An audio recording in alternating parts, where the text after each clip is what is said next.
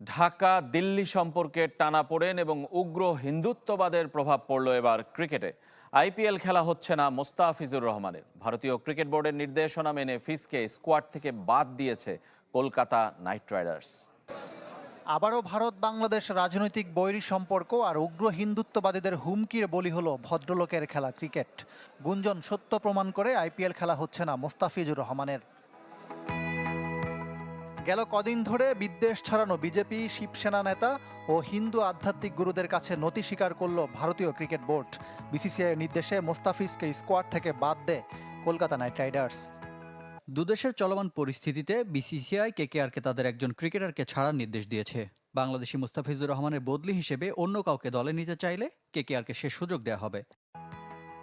IPL mini নিলামে ফিজকে record 9 কোটি 20 লাখ রুপিতে দলে নিয়েছিল তিনবারের চ্যাম্পিয়ন কেকেআর। বোর্ডের নির্দেশ শুধু মেনেই নেয়নি কলকাতা, সামাজিক মাধ্যম থেকেও সরিয়ে দিয়েছে কাটার মাস্টারের সব ছবি ও পোস্ট। ক্রিকেটের বাইরের ইস্যুতে কোনো ক্রিকেটার বাদ পড়লে ফ্র্যাঞ্চাইজির কোনো দায় থাকে না, আর সেই অর্থ খরচ করে একই রকম আরেকজন ক্রিকেটারকে নেবে কেকেআর। তাহলে কি মোস্তাফিজ কোনো অর্থ পাচ্ছে না? ভারতীয় গণমাধ্যম বলছে এটা একটা জটিল ইস্যু। ফিজ দাবি করলে আইনি প্রক্রিয়ায় গড়াতে পারে পুরো ব্যাপারটা। আইপিএলে এইভাবে কোনো ক্রিকেটারকে বাদ দেওয়ার ঘটনা প্রথম। এমন পরিস্থিতিতে ফেব্রুয়ারিতে বিশ্বকাপ খেলতে বাংলাদেশ দলের ভারত সফরও হুমকির মুখে। কলকাতার ইডেন গার্ডেন্সে টাইগারদের 3 ম্যাচ। আলোচনাটা শুরু হয়েছিল একেবারে প্রথম দিন থেকে। আইপিএলে 9 কোটি 20 লাখ রুপিতে মুস্তাফিজুর রহমানকে দলে ভিড়িয়ে চমক দিয়েছিল কলকাতার নাইট রাইডার্স। কিন্তু ভারত বাংলাদেশ রাজনৈতিক টানাপোড়েনে সেটা কতটা সম্ভব হবে প্রশ্ন ছিল তখনই।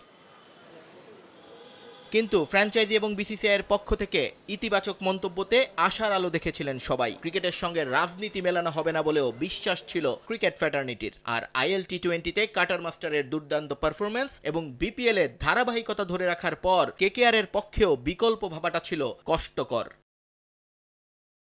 তবে ভারতীয় কট্টর সমর্থকদের সেটা বোঝাবে কে? একের পর এক হুমকি আসতে থাকে চারদিক থেকে। মুস্তাফিজকে বাদ দেয়া না হলে হামলার হুমকি দেয়া হয় ফ্র্যাঞ্চাইজিকে। এমনকি মাঠে হট্টগোল করা হবে বলেও হুঁশিয়ারি আসে বেশ কিছু উগ্রবাদী সংগঠন থেকে। অব্যাহত প্রতিবাদ এবং হুমকির মুখে এবার পিছু হটল ভারতীয় ক্রিকেট কন্ট্রোল বোর্ড। এএনআইকে দেয়া এক সাক্ষাৎকারে বিসিসিআই সচিব দেবজিৎ সাইকিয়া নিশ্চিত করেছেন কেকেআর স্কোয়াড থেকে মুস্তাফিজকে সরিয়ে দিতে নির্দেশ দিয়েছে ক্রিকেট বোর্ড। এমনকি আইন বদলিয়ে নতুন ক্রিকেটার নিতে অনুমতি দেয়া হয়েছে ফ্র্যাঞ্চাইজিটিকে। মূলত ভারতীয় সরকারের উপর মহল থেকে অনুমতি পাওয়ার পরই এ নির্দেশ দিয়েছে বিসিসিআই।